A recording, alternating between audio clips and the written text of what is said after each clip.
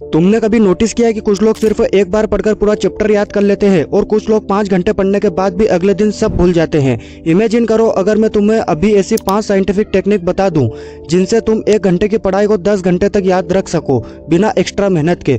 तो आज की इस वीडियो में तुम्हें वो मेथड बताने वाला हूँ जिन्हें दुनिया के टॉप स्टूडेंट, मेमोरी चैंपियंस और न्यूरो साइंटिस्ट यूज करते हैं। और सबसे शॉकिंग बात, शायद तुम अभी तक बिल्कुल गलत तरीके से पढ़ रहे थे। इसलिए वीडियो को लास्ट तक जरूर देखना क्योंकि आखिरी टेक्निक तुम्हारे दिमाग को लिटरली रिवाइवर कर सकती है।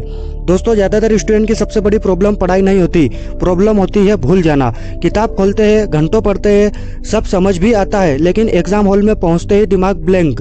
ऐसा इसलिए नहीं है कि तुम कमजोर हो, बल्कि इसलिए क्योंकि हमारा ब्रेन इंफॉर्मेशन को स्टोर करने का एक स्पेसिफिक तरीका फॉलो करता है और स्कूल में वो तरीका कभी सिखाया ही नहीं गया। न्यूरो साइंस कहता है कि हमारा ब्रेन बोरिंग इंफॉर्मेशन को इग्नोर करता है।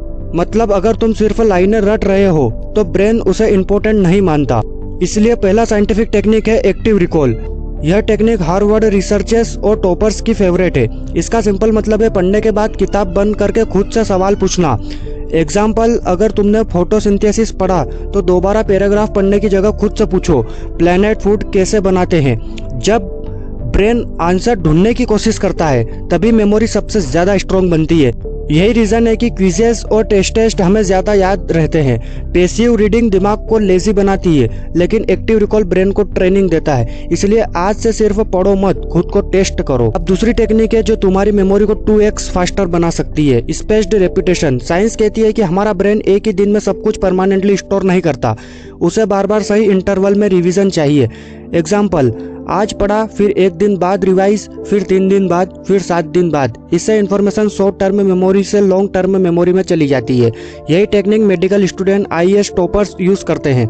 जो स्टूडेंट 10 बार एक दिन में पढ़ता है वो उससे कम याद रखता है और 4 बार अलग अलग दिनों में पढ़ता है।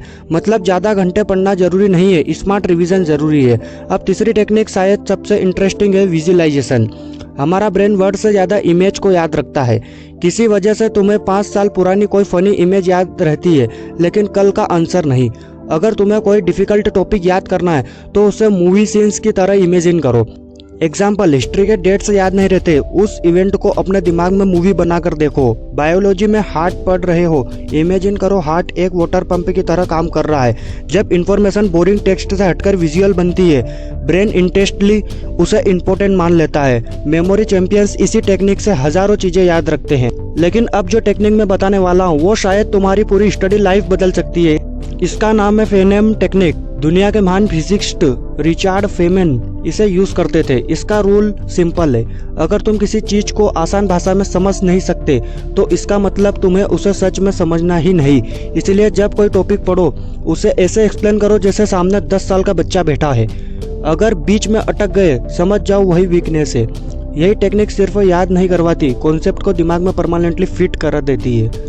अब सबसे बड़ा सवाल, पढ़ते समय डिस्ट्रैक्शन कैसे रोके, क्योंकि आज का सबसे बड़ा डेंजरस एनिमी है मोबाइल फोन। रिसर्च कहती है कि हर नोटिफिकेशन के बाद ब्रेन को फोकस वापस में लाने के लिए 20 मिनट लग सकते हैं। सबसे बड़ा सवाल, पढ़ते समय डिस्ट्रैक्शन कैसे रोके, क्योंकि आज का सबसे डेंजरस एनिमी है मोबाइल फोन। रिसर्च कहती है कि हर नोटिफिकेशन के बाद ब्रेन को फोकस वापस लाने से लगभग 20 मिनट लग सकते हैं। मतलब तुम सिर्फ 5 सेकंड मोबाइल देखते हो लेकिन कंसंट्रेशन पूरा टूट जाता है। इसलिए पढ़ते समय एरोप्लेन मोड यूज करो या फोन दूसरे कमरे में रखो। और एक सीक्रेट ट्रिक, पोमोडोरो टेक्निक क्यों, 50 मिनट फुल फोकस फिर 5 मिनट ब्रेक। हमारा ब्रेन लंबे समय तक लगातार फोकस के लिए बना ही नहीं है।